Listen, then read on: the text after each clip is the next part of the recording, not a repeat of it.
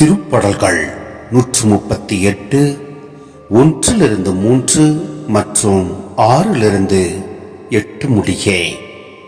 ஆண்டவரே, என் முழு மனதுடன் உமக்கு நன்றி செலுத்துவேன். தெய்வங்கள் முன்னிலையில் உம்மை புகழ்வேன். உம் திருக்கோவிலை நோக்கி திரும்பி உம்மை தாழ்பணிவேன்.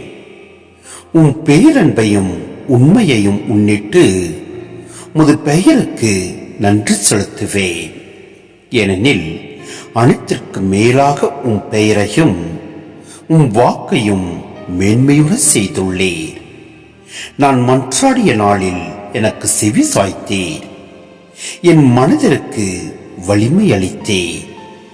ஆண்டவரே, நீர் உன்னதத்தில் உரைப்பவர். எனினும் நலித்தோரை கண்ணோக்குகின்றீர். ஆனால் சிறுகுற்றோரை தொலையிலிருந்தே அறிந்து கொள்கின்றேன். நான் துன்பத்தின் நடுவில் நடந்தாலும் என் உயிரை காக்கின்றேன்.